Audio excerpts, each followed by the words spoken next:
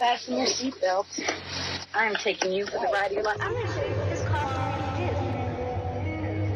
is. All right, you primitive screwheads, listen up. I am the monster the breathing men would kill. It might be a tumor. It's not a tumor. I go out of my way for you. I do everything to try and make you happy. I feed you, I clean you, I dress you, and what thanks do I get? I am so sorry. Oh, you're fucked. I am the writing on the wall, the whisper in the classroom. Without these things, I am nothing. So now I must shed innocent blood. Dinner is served. Save yourself from hell. You're listening to the 30-something movie podcast. One movie each week, 30 years in the making.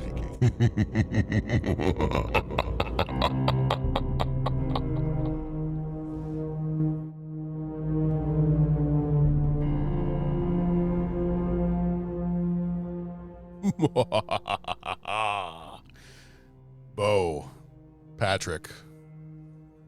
Hey guys, how's it going? Doing all right. It's October, man. It's October. Here we are. Oh, it's October. I'm doing great. I love this stuff. Oh yeah, man. And we've had, starting off our month of October already. We talked about Bram Stoker's Dracula last week. We've got a double dose of vampire movies, like right out of the gate. I know. And vampires. I know. Vampires are all kinds of good. Oh yeah. What is? I guess I should have looked ahead really fast to the three questions and make sure I'm not stepping on any toes here. Yeah. Do you have a favorite vampire movie? I feel like we've talked about this before, but favorite vampire movie. It's dumb. It's silly, but it's so fun. Is it Vampire in Brooklyn? Yep. Okay. Yes, it is. All right. I love it. It is so dumb, Yeah. but it is just fun. I can't get enough of it. It's that you go that one over Dracula Dead and loving it. Oh, that's good too. But yes, I do. Okay. I'm actually due for a rewatch. I might even. That's one I have not. I don't think I've ever shown Donna that one. I might have to haul that one out this weekend and just see, because it is just so silly, but I love it. Mm-hmm. I think I've got to say either Dusk Till Dawn or which. That's the one with the psychos, right? That's the one with the psychos. They look like psychos? Is that what they look like? They were vampires. Psychos do not explode when sunlight hits them. I don't give a how crazy they are. That one, or why can't I think of it? I keep wanting to say Lost Boys. Yes. Yeah. Lost Boys has got to be way up there. Is it because of the saxophone player? The saxophone player has a lot to do with it. The motorcycles have a lot to do with it. Yeah. Just the whole vibe of the movie. Yeah. I got to be honest with you, Buffy might be up there too. Oh, really? Yeah, I really like this movie. So I think it would be funny to put you and my wife in a room together and have the two of you discuss Where this are we going with this, John?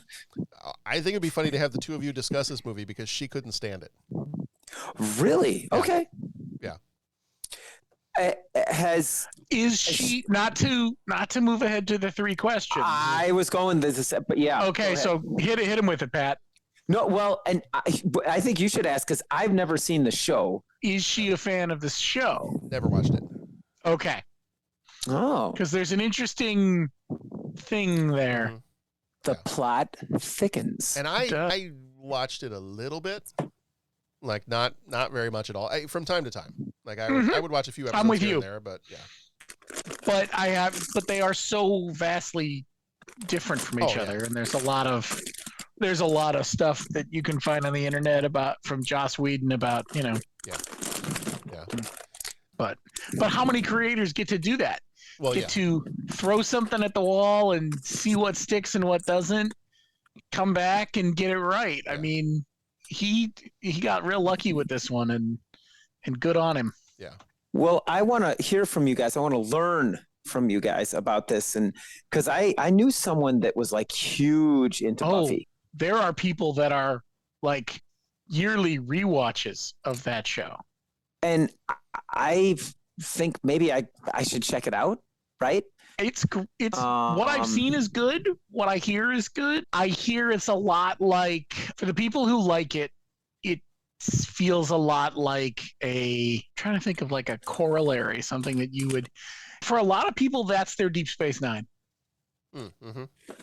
Okay. You know, just to sort of put it in perspective. Okay. Yeah. I'm not sure I could get into it that much, but you hear about how smart the writing is, and you hear about how, like, we always talk about how science fiction can go places that sitcoms and other dramas can't because it's couched in science fiction. You hear a lot about how they were able to do that by couching it in, you know, vampire mythos. So there's a lot of interesting stuff that you hear about it, and it's supposed to be a very smart show. Yeah, well, I want to check it out. Unfortunately, I'm in the same boat. Unfortunately, it's slotted behind so much right now. I don't even know where to start. Yeah. I haven't even watched Andor yet, for crying out loud. Yeah. I haven't either. I'm trying to get my money's worth out of Paramount Plus, right?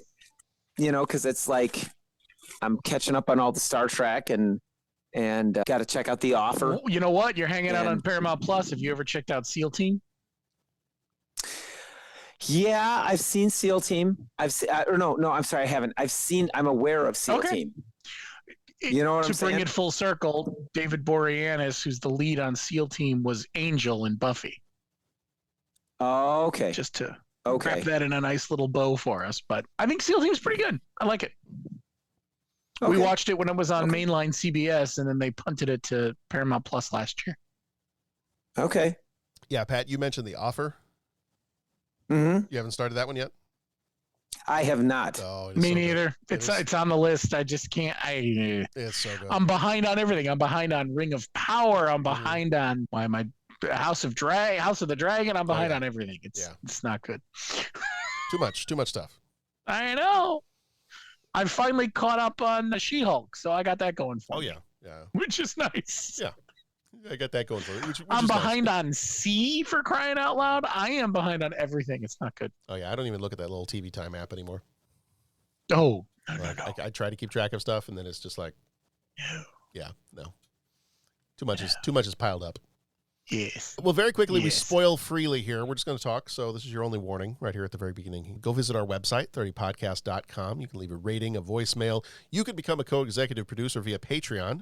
Any level of support there, $1, $2 a month, or if you want to choose one of the other tiers where there's some other benefits there, that helps support the show, helps keep the show going, helps improve the show, but also you get a bunch of bonus content. There is other bonus, there's bonus episodes, short episodes, full-length episodes, sometimes 3-hour episodes because we got off on a topic and just kind of kept going and going. But there is a lot of bonus content out there. I would say at this point there's probably at the very least an additional maybe 30 episodes over there on the bonus feed on the Patreon. So go check that out. Even just a few dollars a month, any level of support, get you access to all that stuff. So go check that out over there.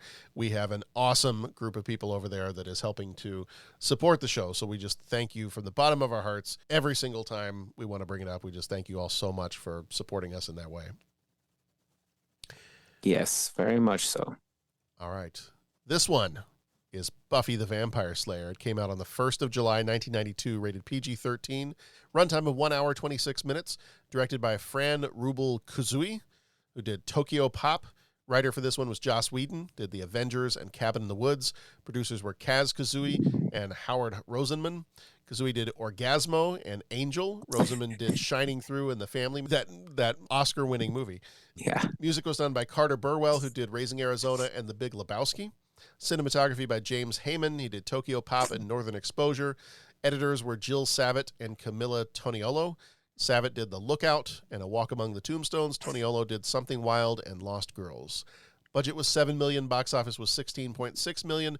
Flickmetrics gives it a 52%, and CinemaScore gave it a B+. Kristy Swanson plays Buffy. She was in Ferris Bueller's Day Off and Flowers in the Attic. Donald Sutherland is Merrick. He was in Invasion of the Body Snatchers and Animal House.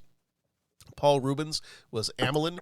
He was in the Pee-wee movies and Flight of the Navigator.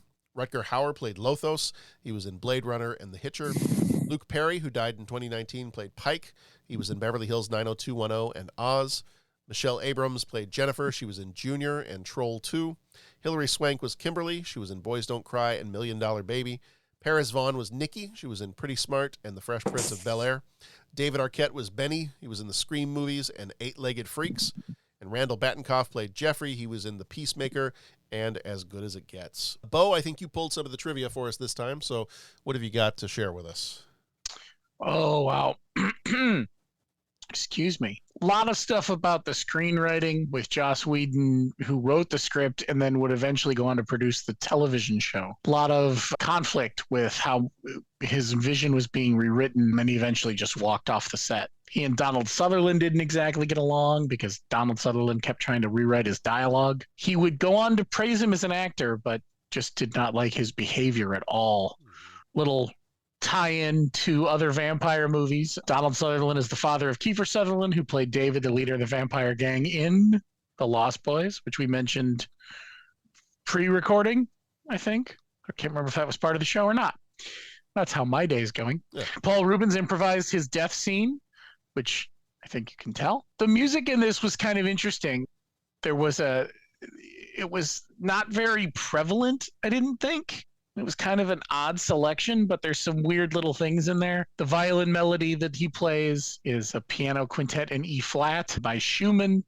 And then there's, there should have been some more music tie-ins because David Bowie and Mick Jagger were set to make vampire cameos, but they were cut due to budget and time. So, yeah. Joss Whedon's original script. David Bowie's a great-looking vampire. Right? Joss Whedon's original script was eventually released as a comic book called The Origin. Mm-hmm. Which might be interesting to see, I gotta be honest. Which actually would have been a great callback because I'm trying to remember if he is... Yeah, he's a vampire in that. Have you ever seen the 1983 movie The Hunger? Doesn't ring a bell. David Bowie is actually a vampire in that movie. Nice. Yeah. Yeah, we might have to, maybe we'll have to do that one as a Patreon next year since it's 83. I think it's funny because, Mick Jagger might be a vampire, which might explain a few things, but yeah. Certainly Keith Richards is. Yeah. Oh, very cool.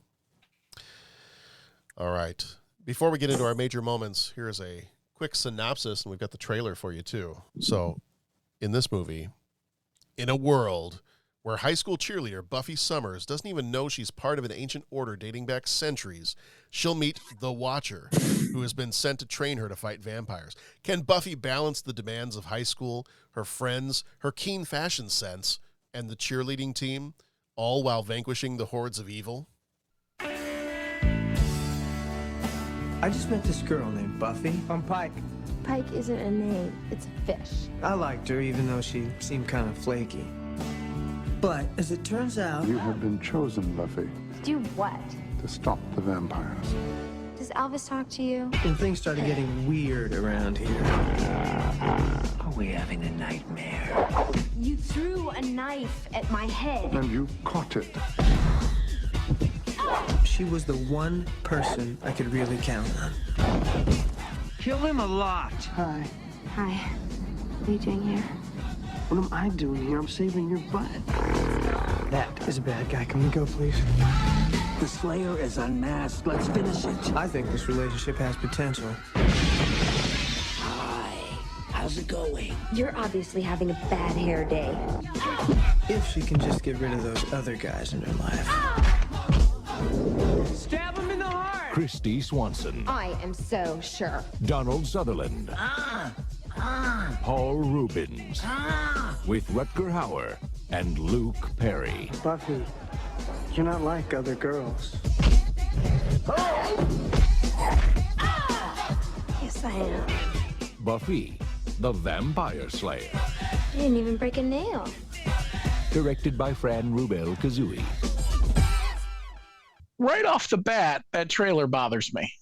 Okay, go for it. It makes it sound like it's Luke Perry's movie. Yeah, it does. That's weird. And you think that's all of the 90210? Oh yeah, they were trying to capitalize on that for sure. Yeah.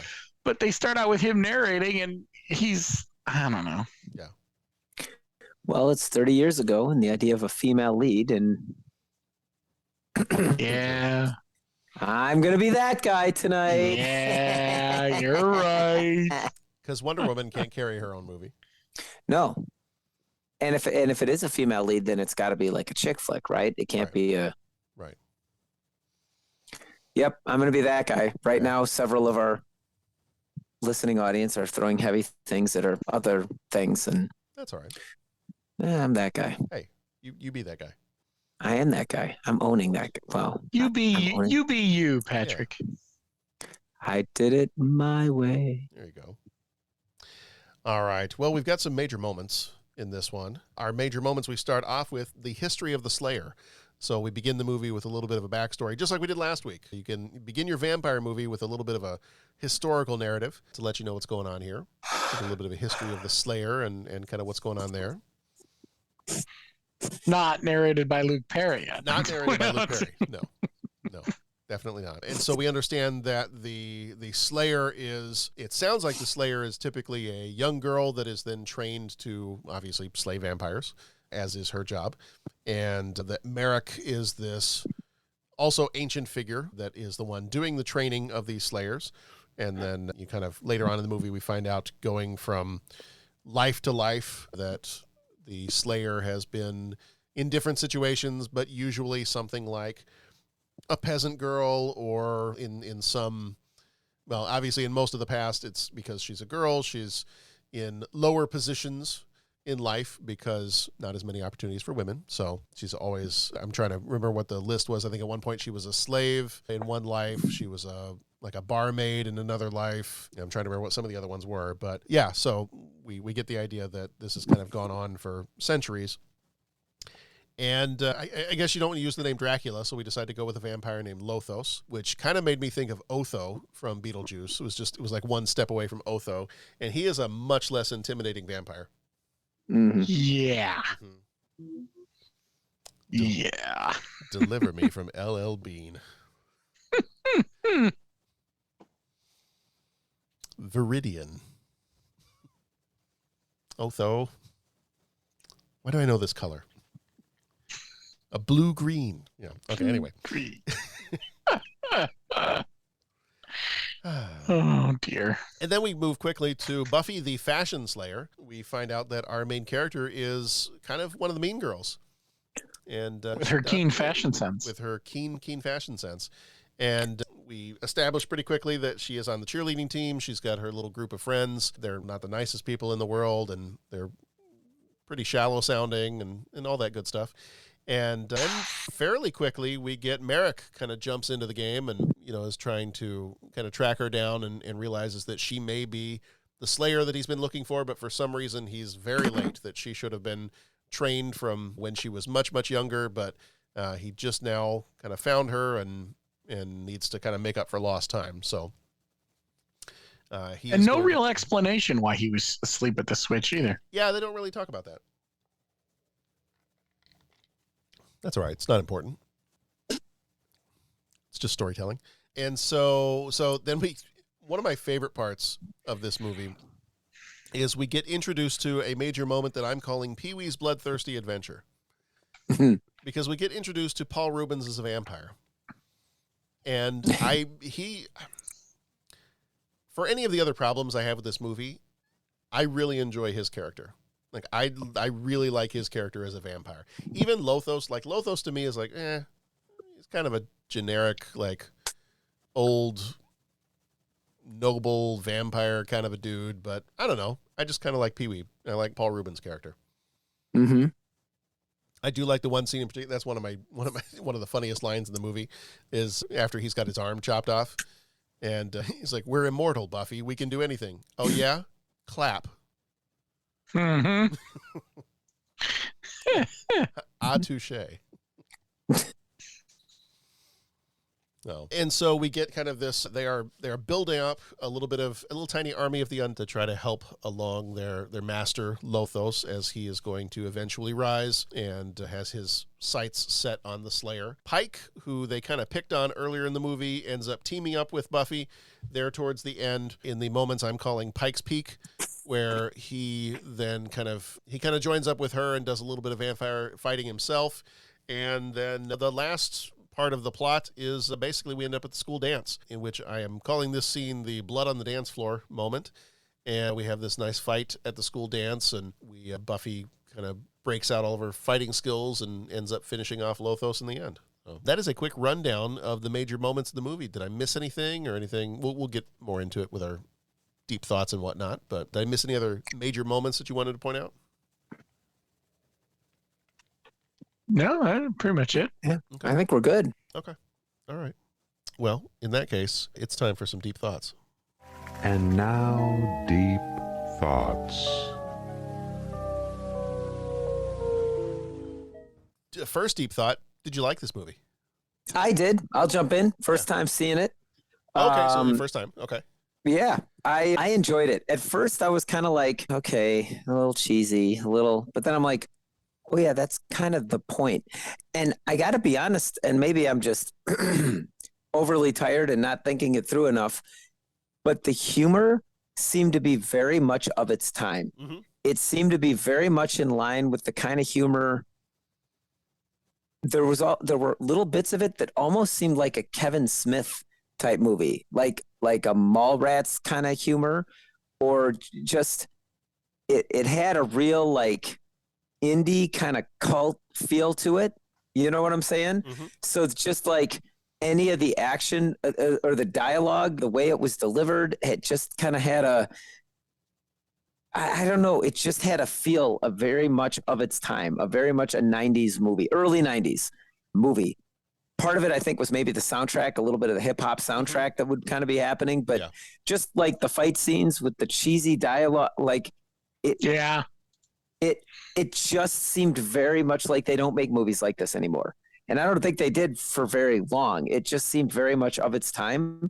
And I was entertained. I'm like, okay, this is just fun. And there's cool motorcycles. And this is just very fun. You ruined my new jacket. Kill him a lot. What? What's your bad fashion sense? I mean, it's just... Oh, vampires of the world, beware. That was one of my favorites. Yeah, it's fun. I just had fun with it. I enjoyed. Pat enjoyed it. Yeah. Love Fest? Yeah, it's fine. I didn't not enjoy it, but I will say seeing it this time, when I first saw it, I loved it, but I was much younger. Yeah. Seeing it now, I don't know that it held up as well on a second watch. But Pat, was this your first time? First time. Okay. I could definitely see that. Yeah, this was my first time watching it in a while. Like, I had watched it many years ago, probably just once. So this was the second time watching it, and it was fun. Yeah, it's not, I don't know that it holds up as well as it did the first time I watched it, which would have been in the 90s. But, I mean, it definitely had some funny lines, had some funny moments. I do enjoy, like, to me, some of the funnier moments are when they play with, and I don't want to jump on this too much because I think one of our 3 questions has to do with vampire tropes, but when they play with some of the vampire tropes and they put that kind of like, it's a bunch of high school kids, kind of a spin on it, that one moment where it's like, you know, because the vampires can't come into a house or a building unless they're invited. Mm-hmm. And they invited all I the seniors. invited them. They're all seniors. Don't worry. They can't come in unless they're invited. I already invited them. They're seniors. They're seniors. Yes. Yes. Because it's the senior dance. Right. It's a senior dance. So I mean, stuff like that, where it's like it's a funny little twist on the rules of the vampires, and just to do that in a humorous way. You know, and some of the other little scenes of like, you threw a knife at my head and you caught it. Yeah. So can we move on now? Yeah. You know, it has that sense to it. Yeah. But yeah, so I mean it's obviously not going to win any Oscars, but it definitely has its fun moments in it. In terms of, so does that, I guess, another question to kind of go let me try talking again, to kind of go along with that is, so Pat, I think you said it's kind of like the humor is of its time. Yeah, that's the vibe I got. Yeah. So what was can you give me like some specific examples? Like what were the parts that you thought like, yeah, maybe this hit better in the 90s, but not so much today? Well, I think we just said it, like the little like asides, the little one-liners, like there's something about what your fashion sense is killing me, or do you know what I'm saying? Like the fashion stuff is very of a time. It was very clueless, very yeah, you know. Yeah, and then just like the game, the fact that the guy was like the vampire at the game, just kind of the humorous settings like that. Some of the lines when I'm sorry, I'm just drawing like a complete blank on this line and this line and this line. Like I need to see it again, but just the way they would talk to each other. It's like they're snarky. They're kind of ripping on each other. I mean, it's almost like they're having fun while the movie is going on. There's things that should be very serious, but the movie doesn't let you hold on to it and get wrapped up into it in a serious way, right? You're there. You kind of get the feel like you're there for laughs. Yeah. Am I describing this okay? But that's the kind of stuff that just seemed very much of its time. Like if Jay and Silent Bob came wandering in, I would feel very much like, okay, that's very much in line with what I'd expect. Yeah. Like it's just just seems like early 90s kind of humor, and the way that the people in the situations respond to the situations. You know what I was just thinking of, because this occurs because she's a cheerleader and because part of this, like you're talking about the game, occurs at a basketball game. I want this to be part of the Teen Wolf cinematic universe. There you go. Teen Wolf versus vampire. I want to see their like Alien versus Predator, but different. I want to see the basketball match between Teen Wolf and vampires. Right. I want to make that happen now. I feel like that's a cheat code in, was it NBA Jam? Oh yeah. There should be a cheat code. Vampires versus werewolves. Yes. Yeah. Use the blood code. Yeah. It's fine. Mm-hmm. Yeah. Up, down, Finish left, right. him. A-B. Yeah. Yes. Yeah. And you mentioned the music. The music, obviously, kind of its time, kind of the 90s hip-hop soundtrack to it. I don't want to dive too much into this because I think it's one of our 3 questions, but in terms of like comparing this with the TV series, like Pat, you didn't watch the TV series. I haven't, no. I haven't really. I mean, a little bit from time to time, but not so much. Bo, you said you did a little bit. Yeah, it's just a little more, it's a little less campy. Yeah. I mean, it's still a vampire show and it's still campy in its own way, but it's less campy. The vampires aren't quite as kill them a lot. Yes. You know? Yeah.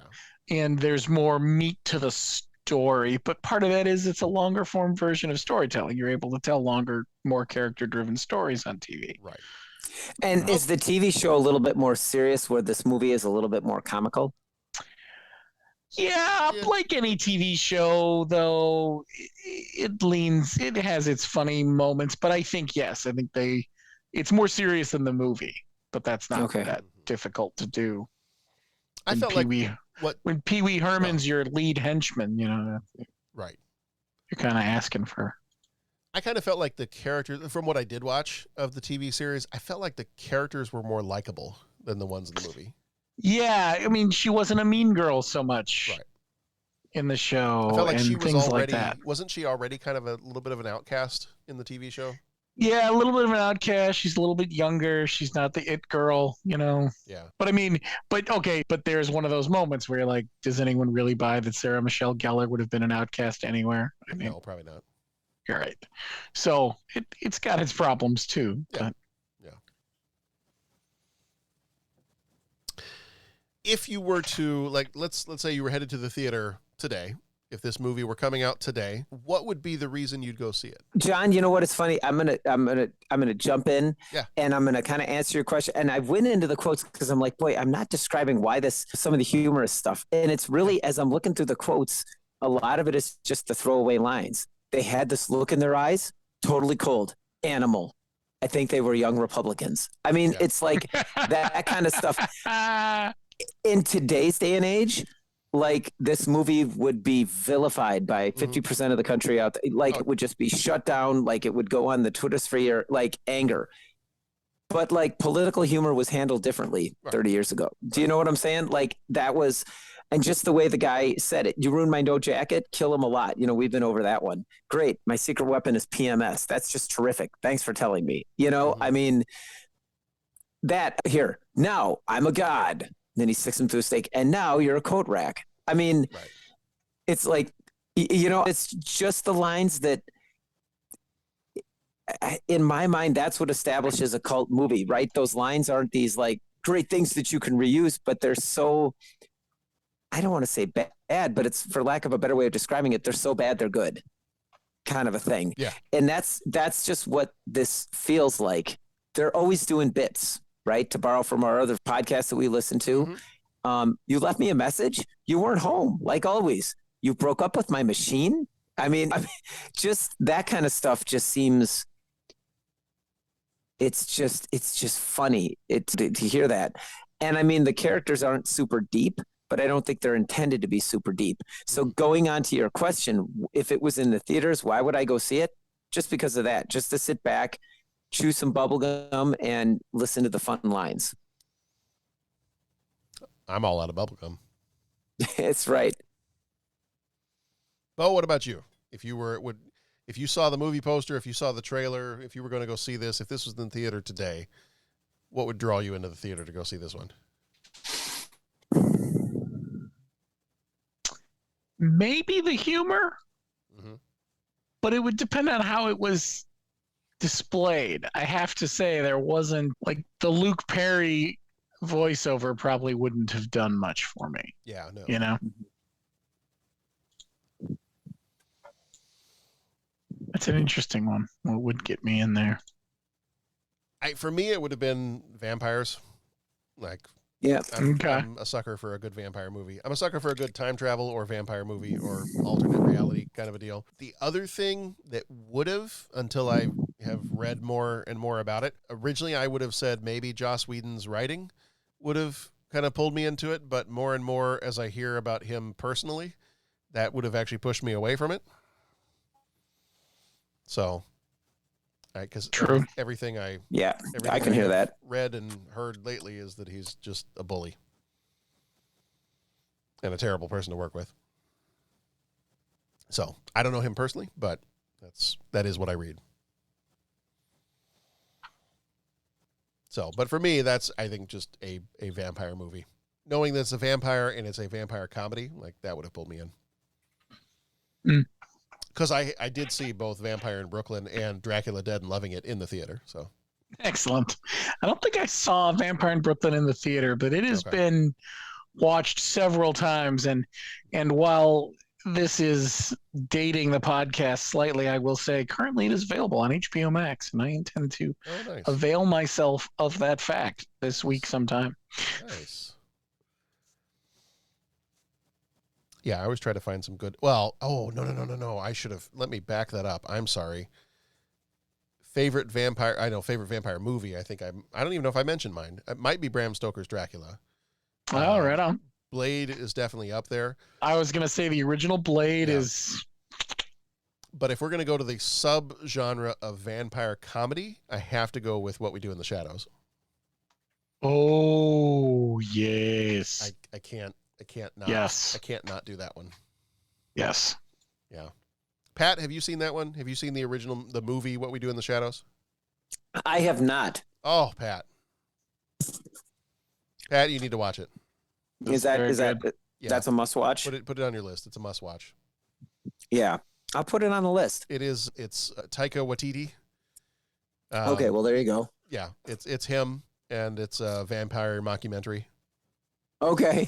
And it is absolutely hilarious. It is that. Yeah. And it's funny.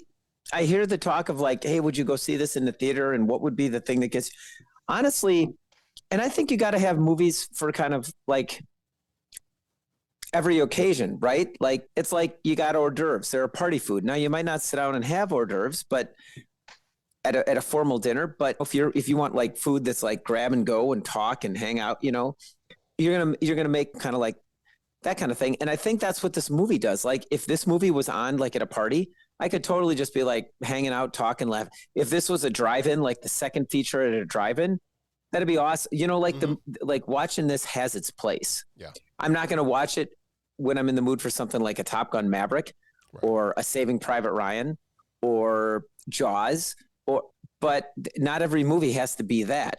You know what I'm saying? And so I think that's where this one falls in. And what would get me back to the theater?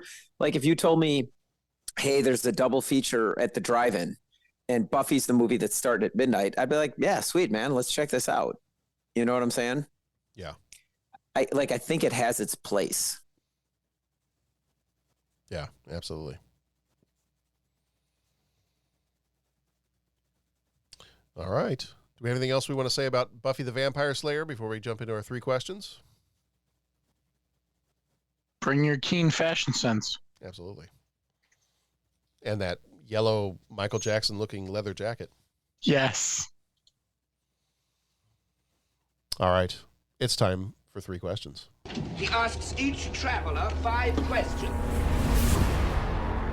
3 questions. What were they, psychos? We all go a little mad sometimes. Quid pro quo. I tell you things, you tell me things. I'm not interrupting anything, am I?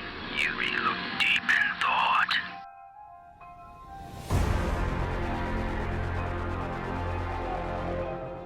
So I'll ask you the questions and then we'll see, all right?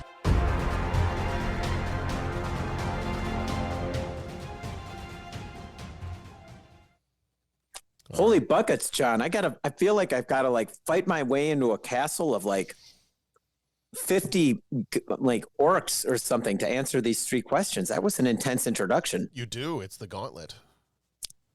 Yeah, no kidding. Like I'm pretty fired.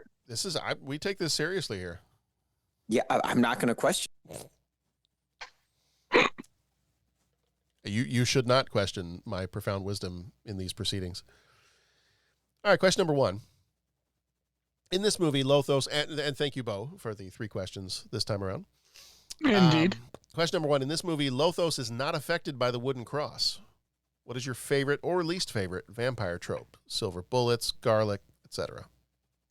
And silver bullet, as I typed it, I should have remembered that's werewolves, but still. Yeah, but I think they use silver. They use silver or silver bullets for vampires sometimes too. Yeah, I think that's what makes it so interesting. Is there's no rule. Well, there are rules, but they're a little fluid from universe to universe. Right. It's not like the Gremlins. It's not like you've got 3 rules and that's it. Exactly. There's a lot more rules, and some don't always apply. You know, because the sunlight thing kind of may be optional for the vampires. Yeah, and you see, it's funny. You see that sunlight thing kind of carry over to the orcs in other franchises, but only sometimes, and it's a little sketchy whether it actually hurts them or not. They pretty much only eat after midnight. Right. Hang on, I just want to know, like going with Gremlins, if a vampire licks itself after midnight, does that mean that new vampires? Because it's like, I'm just wondering. I think it might matter where it licks itself, right? I mean, yikes. That took a turn. As we learned from Bram Stoker's Dracula, physics don't work around vampires. So, yeah, this could be like. I'm staying on mute. I'm not saying anything with this kind. This could be a Marilyn Manson kind of situation here. Well, we vampires can't cross running water. That's another rule. So maybe they're not supposed to get wet. Oh, that's right. I don't know. So the question is, what's your favorite or least favorite vampire trope? I don't know. The garlic one is always kind of weird. Right. Like, it doesn't make as much sense as some of the others. Like, did they just hate Italian food? Like, what? Right. Where does that one even come from? Is that why they're in Transylvania? Because they just don't make it down to Italy? Or right. Like, a lot of the other ones, sunlight, okay, fine, undead, get it. Holy water, undead, get it. Like, I can process a lot of them. Where does garlic come in? Right. Yeah, I don't know. Yeah, it's a totally strange one. Is that like, so if it's the movie 30 Days of Night, which I thought was a kind of a fun way to do that, where you don't have any sunlight for 30 days because you're up so far north. Was that in Alaska? Did that take place in Alaska? I feel like it was in a small town in Alaska. Yeah, it was somewhere like above the Arctic Circle, right? Yeah, and it was like, for 30 days, you have no sunlight, so the vampires can kind of like roam free. So basically, if you're in that kind of a situation, just find yourself an Olive Garden and just go into Olive Garden and just hang out. There you go. And you should be fine. Yeah, I don't know. The garlic one I always thought was a little weird.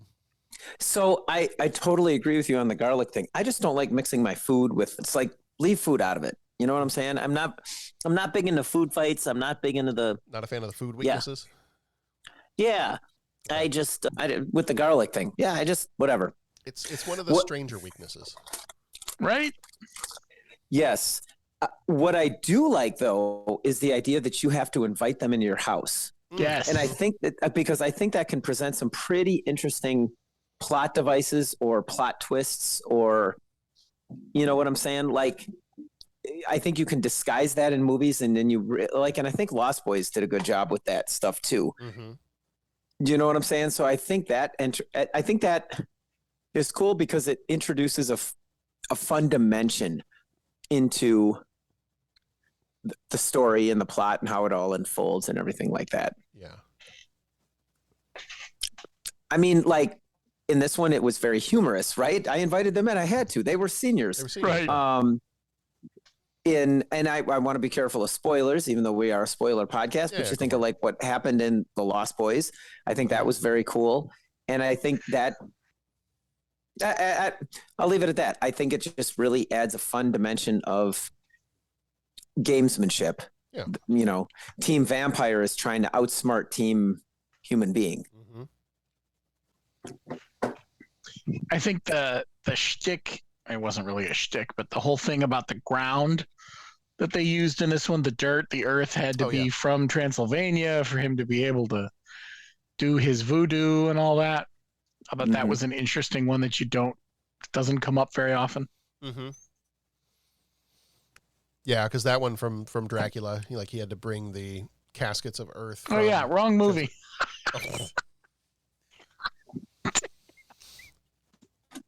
My favorite vampire trope is the wax on, wax off. Here we go, gosh, here we go. Is the vampire waxing thing? That's my favorite.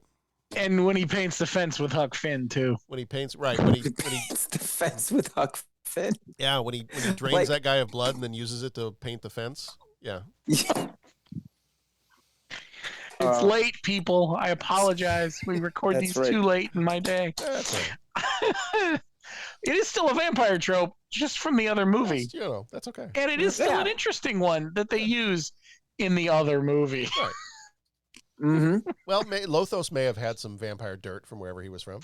Yeah, but see, I don't think Lothos had it together enough to have the dirt transported properly. No, probably not. You got to give Dracula that. He had plans, and he had people to execute those plans. Mm-hmm. Lothos's chief henchman would have been better on a big red bicycle. Mm-hmm. He just wasn't quite all there, I don't think. Yeah. And that was before he lost his arm. Right. Well, he could have stored the boxes of dirt in the basement of the Alamo. Haha, that's true. And then nobody would have ever found it. Because there's no basement at the Alamo. Yeah. I don't make vampires. I just train them. How long have you had that one queued up? I like the last 5 seconds. That's good. That one just popped up. I did find something on the garlic, though, from the Carnegie Museum of Natural History. It is a common belief, so they have a little section here on like vampire folklore. It is wait, the Carnegie what? The Carnegie Museum of Natural History. Love it. Yeah, it's a common belief that garlic repels vampires, but did you know that some of that belief is grounded in fact? Garlic, specifically the chemical compound allicin, Milner pervertiver? Sure. Allicin inside garlic is a powerful antibiotic. Some European beliefs around vampires stated that they were created by a disease of the blood, so a powerful antibiotic would kill a vampire. An actual disorder of the blood, porphyria, may also be an origin for this belief. Porphyria can cause those who suffer from it to look pale and even make their teeth look bigger because their gums shrink. Garlic makes these symptoms worse, so people with porphyria would often avoid it, making others around them believe they were vampires. Interesting. I read something about mosquitoes when I was doing it too. Something about how, I'm trying to see if I can find it, that garlic has been proven to kill mosquitoes, and those are real world vampires in air quotes because they suck blood. And if the garlic will kill a mosquito, maybe it would kill other things that suck blood. I don't know. Definitely an interesting one for sure. The other one that I thought was kind of interesting, because I had known this at one point but completely forgot about it. Did you know that the Count from Sesame Street is actually based off of a different vampire myth, like a vampire trope? No. There is a myth that what's the one that does approve of math? Yes. So Count Von Count from Sesame Street. There are, I think it was Chinese and some places in Europe and China, they have some of their vampire myths. The myth is that if a vampire comes across a bag of rice or grain or something like that, they are compelled to stop and count every grain. So that people would scatter, as a superstitious thing, people would scatter seeds or scatter grain or whatever outside the door of their house to ward away vampires, because then they would be so compelled to count every last grain that would keep them occupied till the sun came up, and then they would stay away. So apparently Count Von Count is, Sesame Street did their research when it came to vampires. At least that's what I'm going for. Nice. That's awesome. Not surprising, man. It's Sesame Street. It's top shelf. That is indeed one big stretch. All right. Did we go through? Did everybody offer their favorite or least favorite vampire tropes? I think so. I think we got there. Yeah. I mean, the stake through the heart has got to be the favorite one. Like that. Well, yeah. I mean, and that's one that for some, that's one that always seems to hold up, you know? Because once you drive something through a creature's heart, there are problems. Sometimes you got to chop off the head too, but. Right.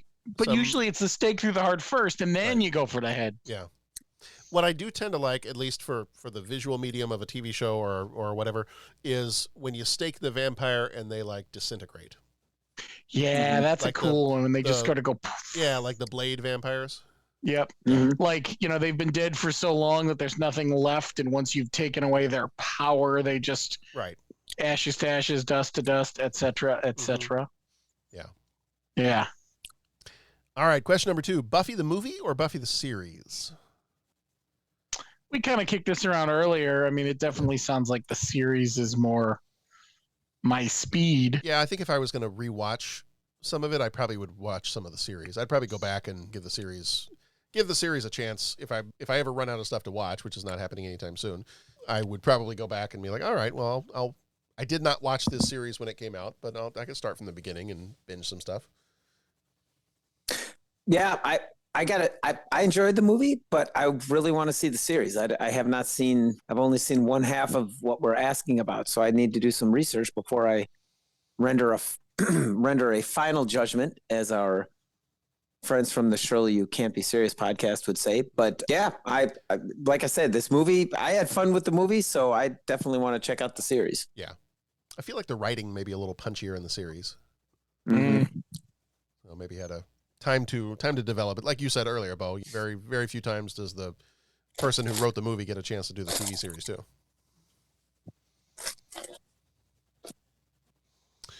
All right. And question 3, favorite Donald Sutherland role? Ugh. This is hard. Yeah.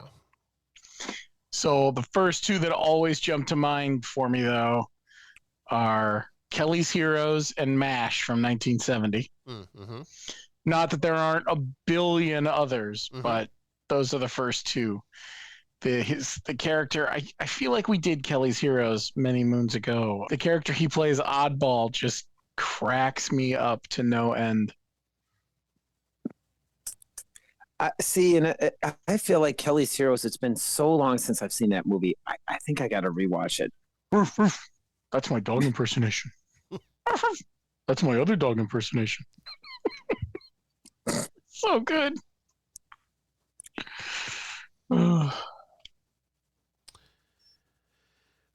Yeah, I'm trying to think. I liked his His character is not around much in Animal House, but I just thought his character was hilarious. Oh yeah, as the professor in Animal House. The other one I really liked him in, and the movie as a whole, I always really enjoy, and it's a good one if anybody's looking for a creepy movie to watch around Halloween time, is the movie Fallen. Oh, yeah. That's a good one. Yeah. I also like him. I mean, I think he's the perfect choice for President Snow in all of the Hunger Games movies. Oh, yeah. Yep. He plays that mysterious, creepy dude really well. Mm-hmm. Yeah. Yeah. I like him in, not Bad Batch. Oh, Dirty Dozen.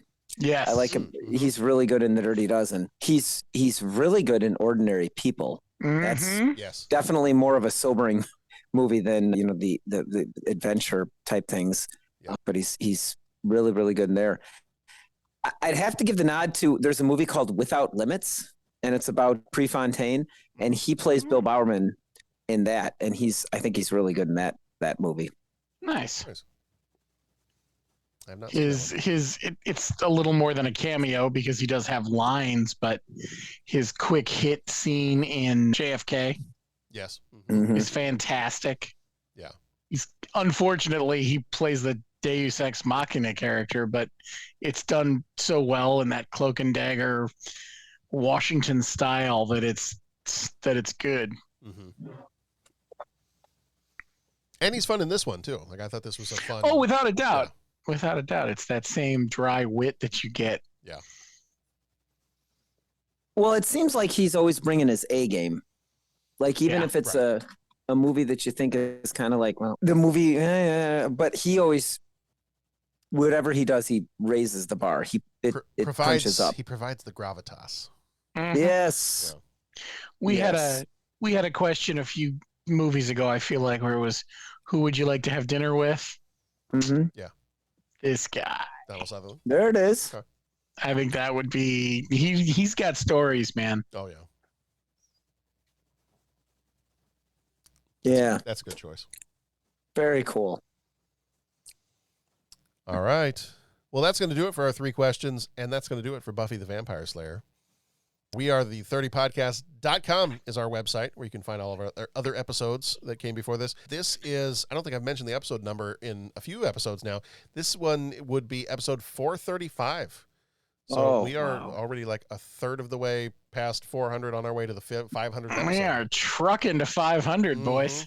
Mm-hmm. It's incredible. We're gonna catch up with the Nerdist podcast here pretty soon. Yeah. What did they end up with? Like 900 and something? Yeah, we'll get there. We'll get there. We'll get there. Just give us a few more years. We'll get there. I had a fun idea for 500. Oh yeah? What was your thought? Silence. Just nothing. Just release an episode with like 2 minutes of silence. Yeah. It's our tribute to silent film. Awesome. Right? Yeah. That's awesome. 60 minutes of silence. Mm. Or let's have it be a complete throwback to the first episode. Let's just do an hour and 5 minutes of mariachi music. Yes, and crunching of tortilla chips. Yeah, let's actually go to a Mexican restaurant. Let's not talk the entire time. Nope. Let's just record ourselves eating. Yes. Mm-hmm. That'd be awesome. A little 30-something ASMR. Yeah, so that one guy that like wrote to us from episode 47 and was like, I wish you guys would stop chewing stuff while you're recording.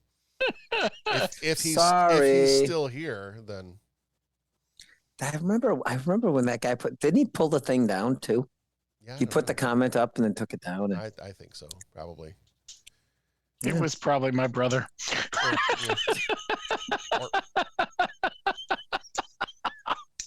That's awesome. I might not put it past him. No. All right. Well, if you're looking ahead for the rest of the month of October, if you join us over on Patreon, if you're over there, and why wouldn't you? Like, there is a ton of stuff over there, a lot of good extra bonus content. But our October Patreon is the triple feature, Thing from Another World, The Thing, and The Thing, all the different versions of The Thing. And I think I'm even going to try to read the short story that's originally based off of, too. I don't think it's very long, so I'm going to read that before we do those 3 movies. So we're going to get all of the different versions of The Thing. on that Patreon episode. And then our Patreon shorts for October are Airplane 2 from 1982 and The Secret of Nim from 1982. Our next regular episode, will be Army of Darkness. So groovy. I am so looking forward. I'm a little, part of me is a little worried that it's just going to become like what happened with Spaceballs, and it's just us quoting the entire movie. I don't see a problem with that. No. So, I just, the entire thing is just going to be me sitting there going, Klaatu, Verada. Yeah. Well, I said it. Yes. I recorded a podcast. I said the words. So yes, Army of Darkness is next week. Alien 3 is the week after that. The foremost celebration of Alien 3 that you will find on any podcast. I don't think any other podcast will celebrate Alien 3 as much as ours will. I think we definitely have the fan base in our podcast. I think it's 3 times the horror, 3 times the suspense, 3 times the celebration. Well, there you go.